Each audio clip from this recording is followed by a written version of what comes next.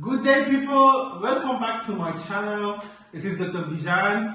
I am an international medical graduate. I'm graduating from Russia medical school, and I'm preparing myself for a STEPS exam, USMLE Step exam. I just recently passed my Step 1. And if you're joining now, I'm just going today to explain about what you can do to prepare yourself for this exam. I advise you guys to just watch my other videos. In my previous video, I tell you how you can gauge your knowledge, whether you are ready for this exam or if you need more time, how long you need to prepare. Okay. Alright, so just quickly, a quick review. As I said in the previous one, I told you that you need to do 3 MBME exam, and then within this 3 MBME exam, if you get about 65%, it means you're ready, so you can just spend 2 months of preparation for this exam. Alright, for most of all, okay, this is not happening. The MBME is pretty much less than 50% when you start doing the preparation for this exam. So in that case, you need some materials to prepare yourself for this exam. Okay, what do you need? Alright, so Step 1 is basically, as I said in my previous video, Step 1 is a broad exam. It's difficult. It's not, I wouldn't say difficult, but what they are doing, they are pretty much testing your knowledge in all aspects of medicine, everything you have been learning. Alright, you hear and there that it is just the basic. Yes, it is basics, but as I said, it is testing you on everything. I just passed my exam, just got my result 3 days ago. So 5 days ago. So I know that basically what is happening is what you need to do. Each year the exam is changing, or the questions are changing.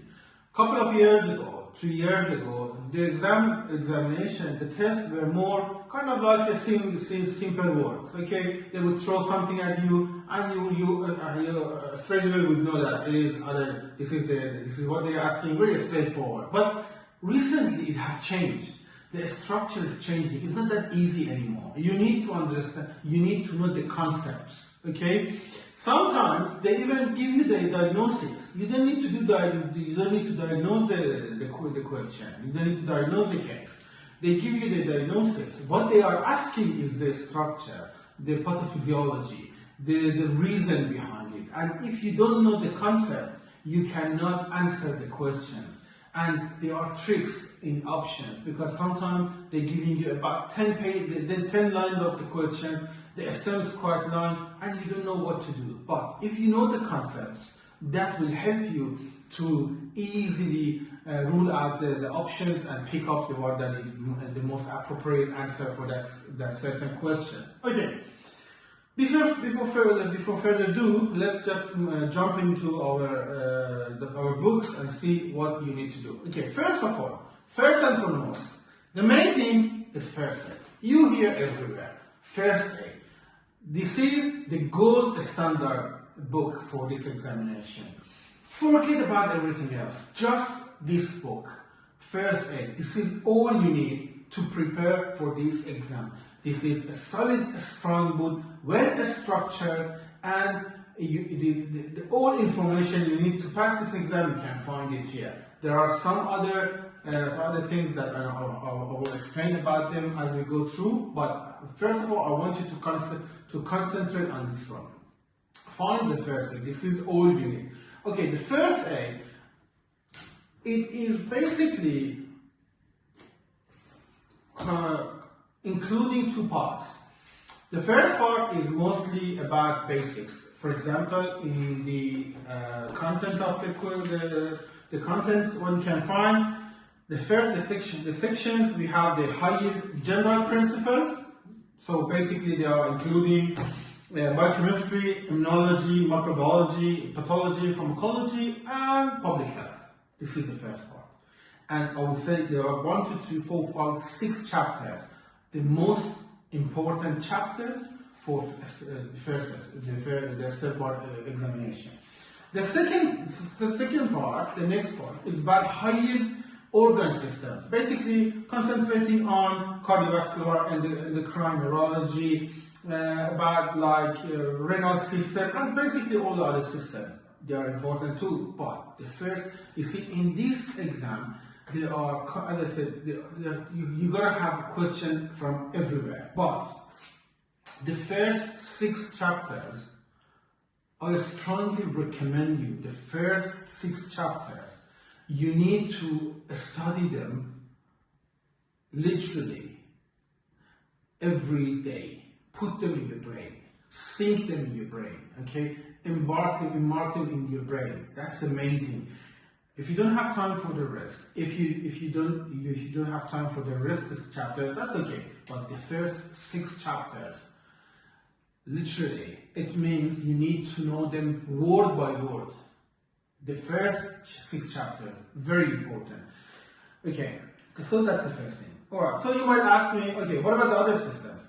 As I said, they are important. You can put enough time and study well. That's good. But there are other resources that you can use to master them. So, first of all, as I said, first aid, the first 6 chapters, very important. Study them well through this book, line by line. Learn all the structures and everything. Okay. For the second part, which was high-yield organ systems. Okay. There is a Q bank. So the Q bank is basically throwing at you the question to build your knowledge, to pick up the answer. What do I mean? There are sometimes, you know, I mean, in medical school, you will learn about the certain disease. For example, you hear something about heart failure, for example. And we all know the signs and symptoms, which are, for example, you can see dyspnea, if it is decompensated heart failure, dyspnea, edema, orthopnea, and some other things, okay? We all know about that. But when they give you the case scenarios, you should be able to pick up these symptoms, okay? And the Q bank will help you to master this part, alright? I will recommend you to start doing the Q bank from the first day, okay? You pick up the first aid, you pick up the Q bank, you won't. Alright, you will hear that, okay, do the first aid first and then do the U word. No, that's a silly mistake. Alright, silly mistake. Why? Because, as I said, you need time to master these concepts, okay? You need time to prepare yourself. Your brain needs exercise, okay? These books give you all information, but it is enormous amount of information. You never, the first time you read them, you might only preserve 20% of the information, alright? Because it is a lot of information. Just one single thing, one single disease, you can see many things about it. For example, I'll give you another example. There is, in renal disease, we have something called focal segmental glomerular sclerosis, okay, FSGS. Okay, it is associated with HIV, heroin use, and sickle cell. So people with these 3 diseases, for example, HIV, those with the HIV, those with heroin use, and those with sickle cell, they high risk of getting this renal problem in them. So in question step, they might mention a person coming to you in the hospital.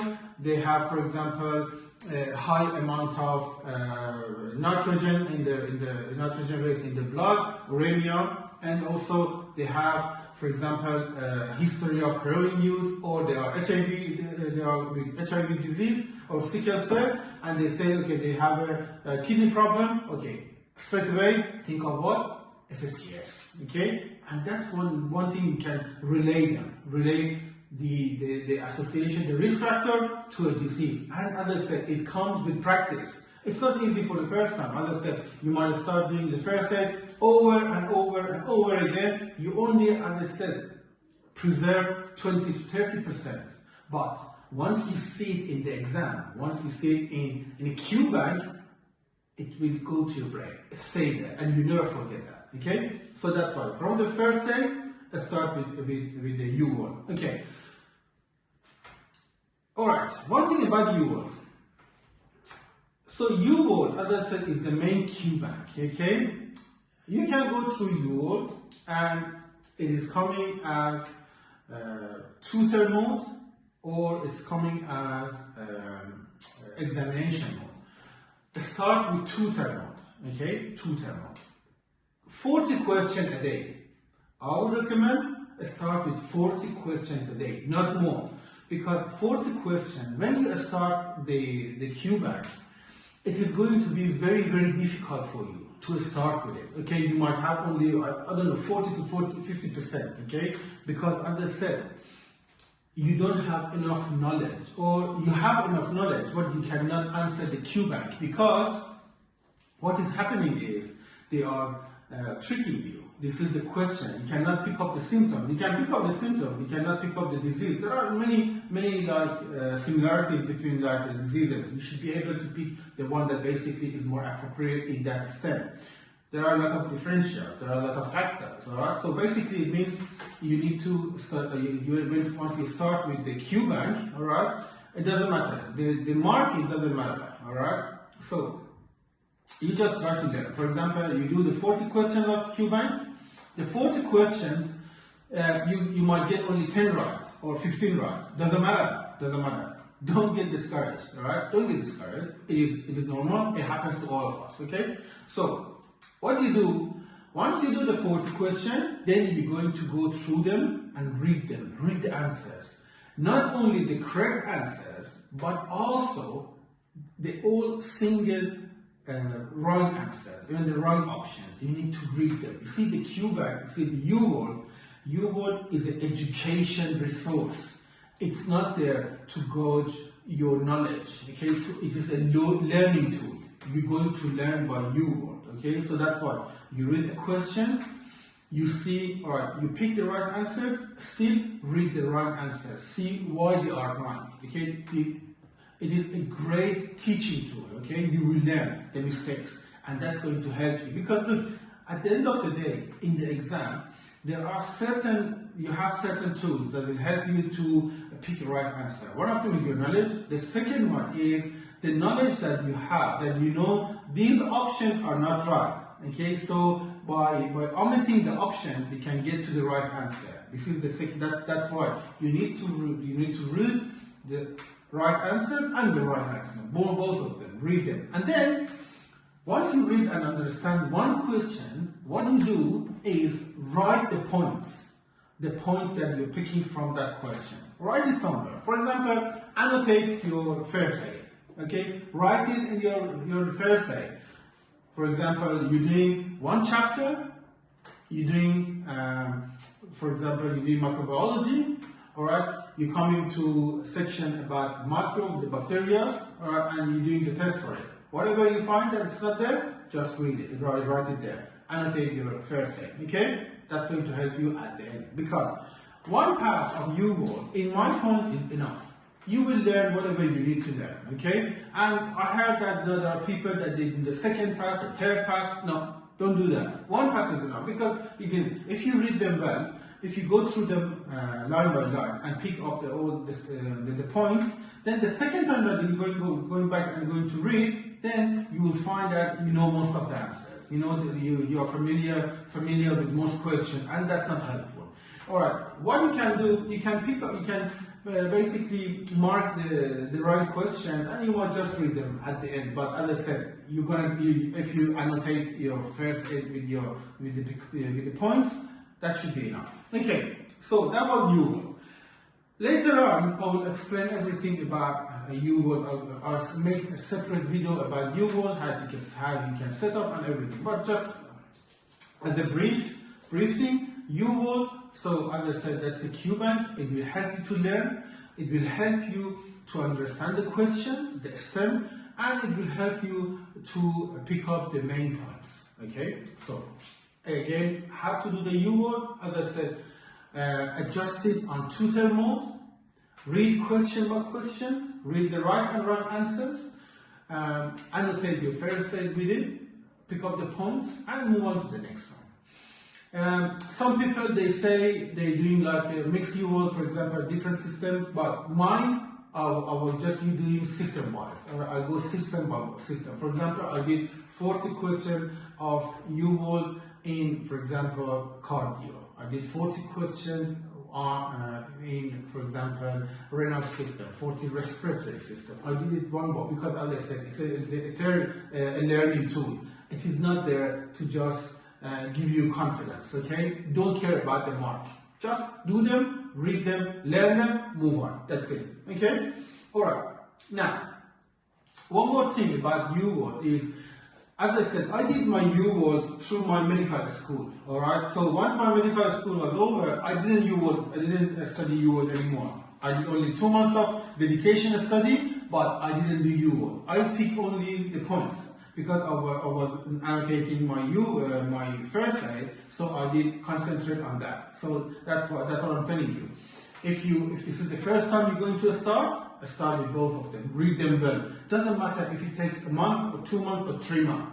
Read them well. Take the points. As I said, it is a learning tool. If you don't do that well, then it's gonna give you a hard time through the examination preparation. That's why. Okay. So U-word, first aid, U-word. Now, for the other subjects, what we do? Okay, for the other subject, because it's going to be a lengthy videos, I'm going to make another video, and in my next video, I will tell you the other resources that's very, very important, and I would say it is a killer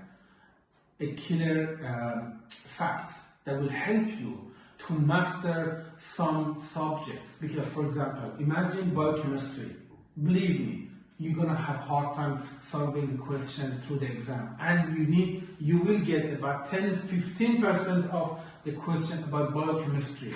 You need to have a solid knowledge about biochemistry, otherwise you cannot answer that. Believe me, you won't answer that. All right, so follow my next video. In my next video, I will tell you how to master your weak points and what other resources you need to have. All right, see you guys.